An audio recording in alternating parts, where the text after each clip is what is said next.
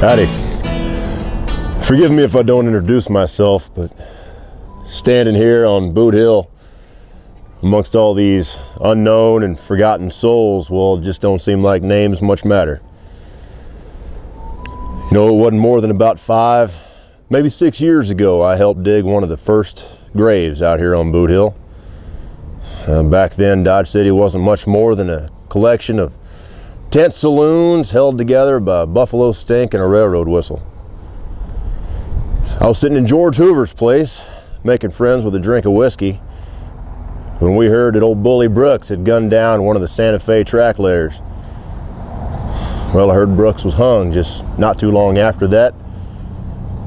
But that railroad man, we hauled him out here on the hill, scraped just enough deep in the clay to cover up his mortal remains. He had a marker at one time, we made sure of that, but the prairie and time, they've taken their toll. Folks out here, some of them were friends of mine. It was that very next winter when me and some of the boys was just a few miles north here, hunting buffalo. Terrible blizzard that night. We wrapped ourselves in our fresh buffalo robes, tight as we could against the chill. Next morning we stumbled across a camp not a mile from where we lay.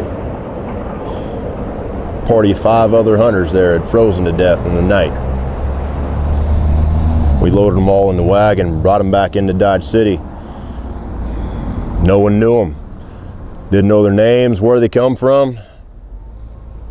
Had nothing else to do but come out here, dig a big hole, and lay them out here on Boot Hill. And then there was Lizzie Palmer. I remember her well. A finer woman never lived, but they called her a prostitute, a madam. Accidental death, really. Nothing more than a difference of opinion with another lady in the street, cutting her scalp, and one infection later, and Lizzie was no more. Well, we had to go through 2 preachers to do it, but by George, we made sure that Lizzie had a Christian burial.